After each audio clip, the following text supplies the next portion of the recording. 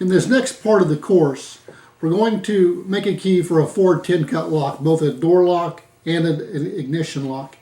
And we're going to start by going to a salvage yard and pulling the locks from an automobile. Now, I'm not going to go into detail on how to pull the locks. As I said at the start of the course, I do not normally pull locks from automobiles anymore. I try to make the key with the lock in place. But we are going to use tryout keys, and we're going to get a working key for the door and then a working key for the ignition. And the primary reason for getting that at the salvage yard is so I can turn the ignition lock and remove it, and then I can bring both locks, the door lock and the ignition lock, back to the shop, and we can continue with our course. Ford 10-cut locks were used from 1984 to 2002. They were manufactured by Hurd and All Lock. The wafers are only on one side in these locks. They use a sidebar ignition. The ignition lock has cuts 5 through 10. The door lock has cuts 1 through 6. Both the door and the ignition locks use cuts 5 and 6. The test key is H60. We're going to be working with a 1999 Ford Contour, and we're going to be using the tryout keys TO40 to make the door key and TO3 to make the ignition key. Okay, we're going to use the tryout keys on the door and see if we can find one that'll fit this lock.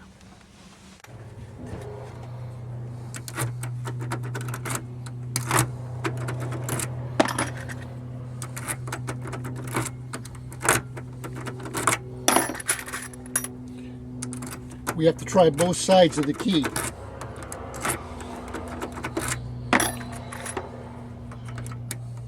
The tumblers are only on one side in this lock.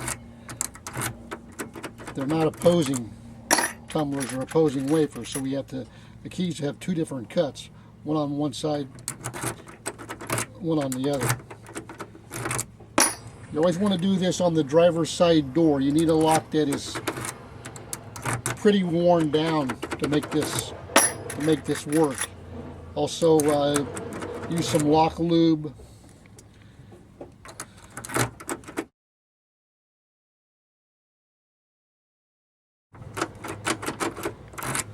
Okay, so we have a working key. It's number 3A. So this will allow us to go ahead and get the key now for the ignition lock. Okay, so now we're going to go to this TO3 on the arrow key set, and we're going to have to get the A set of keys, and one of these keys should turn the ignition lock because we had an A key that turned the door lock. Now this set of tryout keys has 13 keys total, which is 26 keys really, because we have to try both sides of the keys. Starting with number 1.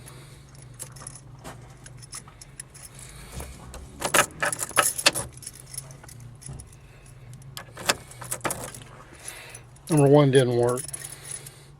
Do number 2.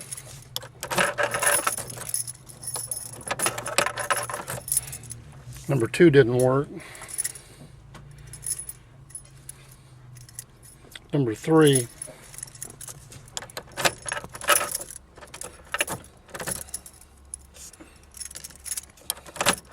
And there we go. We only have to try 3 of the 13 keys. And so now we have the tryout keys for both the door lock and the ignition lock. Okay, now in making the Ford 10-cut lock, we're going to use the arrow lock tryout keys. And for the door lock, we're going to use arrow set number 40, TO40.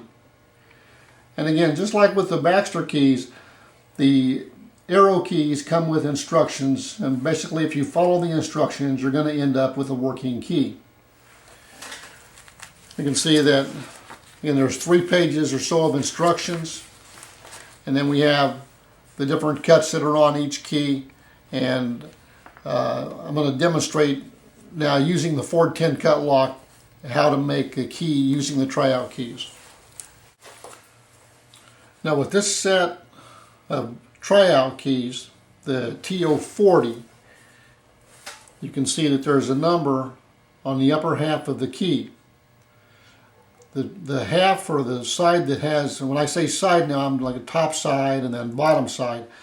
Okay, the top side has the mark 3A, so this would be considered side 1. The bottom would be side 2. Only one side is working the lock in this particular lock. All of the wafers are on one side. They're not opposing wafers like we had in the Ford 8-cut lock that we did. So we need to know which side of the key is working the lock, and it is the side 1 that turned the lock. So that's the second step. The first step is to find the key that turns the lock. The second step then would be to identify which key and which side of the key was actually doing the work to turn the lock, and we know it's 3A, side 1. Even though this key turns the lock, it doesn't turn it smoothly. It's not the correct key. We don't want to just copy this key and give it to the owner. We want to try to make a key that turns the lock smoothly and is the right key for the lock. Even though this works, it's not the exact right cuts that we need on the key. Okay, now coming back to my instructions that come with the tryout keys, again the key is 3A and it's side 1, so it's going to be these cuts here. This is side 2 here. But one of these cuts, one of these key cuts should be the exact correct cuts for this lock. Now there's two ways to proceed from here. We can look and see, okay, what is the smallest cut for each position? And again, we're looking at positions 1 through 6. Even though this is a 10-cut key, the door keys only use 6 cuts, and then the ignition lock only uses 6 cuts. The door keys, remember, use the first 6 cuts, and the ignition lock uses the last 6 cuts. So if we look at the first cut, the smallest number is 1. Number 2 cut, the smallest is 3. The next one is 1. The next one is 3. Then it's a 1, and then it's a 1. So we could cut this to the shallowest cut and try to impression the key. And our cuts would be 1, 3, 1, 3, 1, 1. The other thing that we can do is to progression the key, which means to simply start with the shallowest cuts and not impression it, but progression, meaning that we're going to just continue to make the cuts deeper, working with what we know is supposed to be the correct cuts until we find one that works smoothly. Now, when we start cutting the key, if we're going to progression the key down, we're going to do one cut, then another cut, and so on, progression it down. We would start by doing this first one, 1, 3, 1, 3, 2, 1, on one side of the key. Now, there's only one number difference here. This number 6 cut is a 2 here. So if this first key doesn't work, then we would go back with the same key and cut this number 6 cut to a 2 and try this key. If that doesn't work, then we will cut 1, 3, 2, 3, 1, 1 on the other side of the same key. And again, the next series of cuts, there's only a difference of 1 on the number 6 cut. And so we can get 1, 2, 3, 4 of these combinations on one key. So I'm going to go ahead and to my van, I'm going to just go through these cuts and cut these, and then I'll find out which one it is and bring it back. Okay, so what I found was this fifth one, 1, 3, 2, 4, 2, 1, fits the lock perfectly. So we now know what the door lock is, 6 cuts of the door lock, and we know the first 2 cuts, cuts number 5 and 6, are the first 2 cuts of the ignition lock. So that's what we have on this key. 1, 3, 2, 4, 2, 1. And so, and you see if I put that up, it's not going to turn. It won't turn. It's got to go down. Again, if I put it up like that, it won't work. It has to be the side that's down works this lock. Like so. So we know the key now for the door. And we're going to go ahead and we can cut this on both sides of the key, and we would have a working key for the door. So we know that at the salvage yard, key 3A would turn the lock. And it really turns it pretty good too. These cuts could be very close. But we'll go to our directions now for this particular key, which is from the set TO3, arrow set TO3, and we'll get the last 4 cuts for the ignition lock. Make sure they're the right cuts. Okay, so we know our first 6 cuts for our door lock, 1, 3, 2, 4, 2, 1. Our ignition lock, again, is going to use cuts 5 and 6 through 10. So if we can identify the other 4 cuts, 7, 8, 9, and 10, then we can complete our key. This set consists of 102 keys. They're grouped into boxes of 6 different boxes, and we already saw that out at the salvage yard that the key that we had for the ignition or for the door was A3. And so we went to the A box, and it was only a coincidence that the key out of the A box was also A3 for the ignition. It could have been A12, A13, A6, but it was just a coincidence that it was A3. And then again, if you go through your instructions, it will show you exactly or tell you how to make the key. And there is something I want to point out though that is significant. And first it'll say to make the door key. It'll tell you how to go about making a door key, and then it'll tell you to do exactly what we did once you got the door key, then identify the tryout key for the ignition. But one thing here I want to point out on this, it says that the side of the tryout that is actually working the lock is the top side as you insert it into the ignition.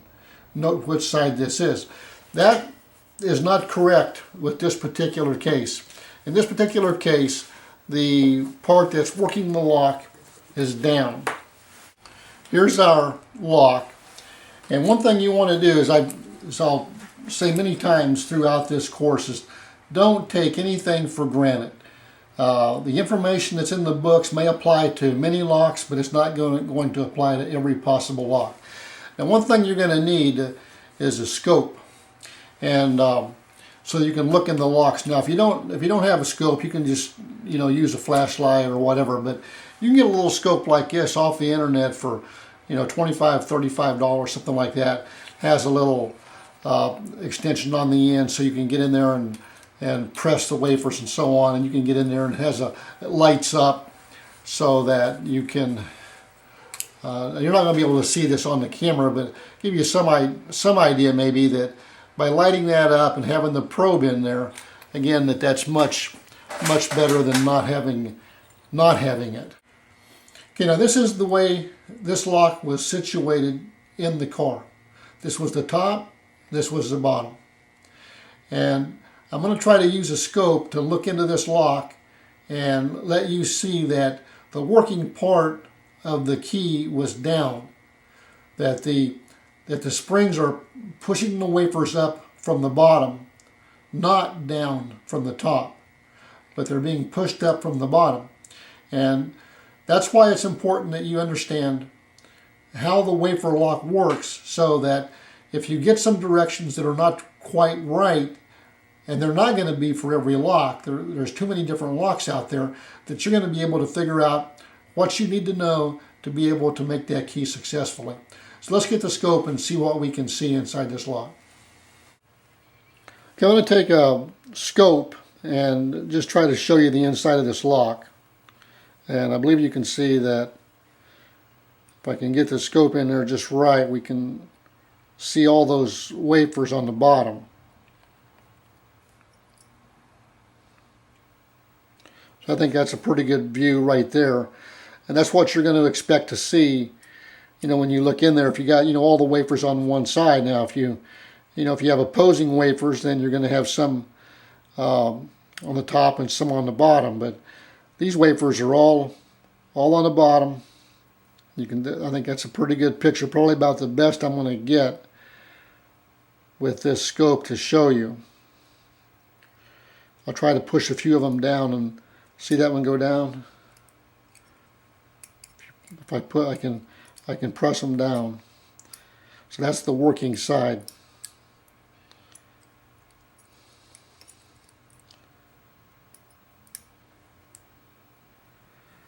Of the lock. Okay, now we know the working side of the lock is down. So with the key in there, it doesn't work like this. We turn the key over. Again, this is the tryout key. It works this way. So we know it's the bottom side of the key that is doing the work. And on this set, A3, if you hold the bow to your left with the number on the key facing you, the top is side 1 and the bottom is side 2. And it was side 1 that was actually working the lock. In the car, it was in the car like this. And again, the working part of the key was on the bottom. And so, you can put it in there and just hold your hand on that part of the bow. Here it's not the top part, it's the bottom part. Take it out, keep your hand on that part of the bow, flip it around. Okay, it's this side here. It's this side here.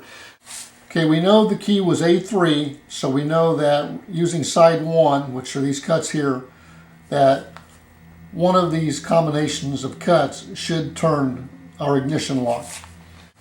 The key for the door we found was 132421. So we don't really need to look at every combination. We just need to look at combinations where the first 2 cuts of the key are 2 and then 1. Cuts number 5 and 6 on the key are 2, 1.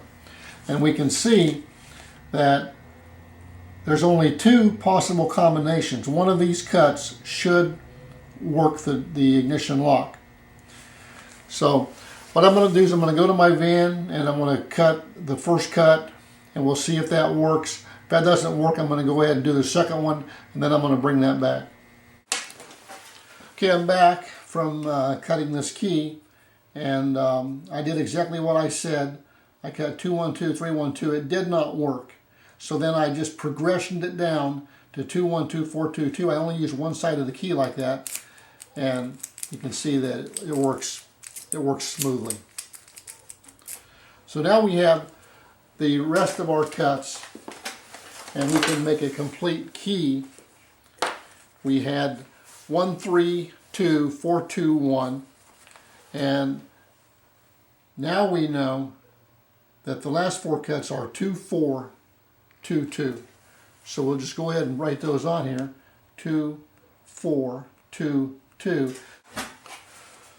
Okay, so here's the key with all of the cuts on the key, and you can see that it works the ignition lock. I can turn it either way. The cuts are the same on both sides.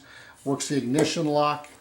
Here's our door lock. You can see that it works the door lock fine.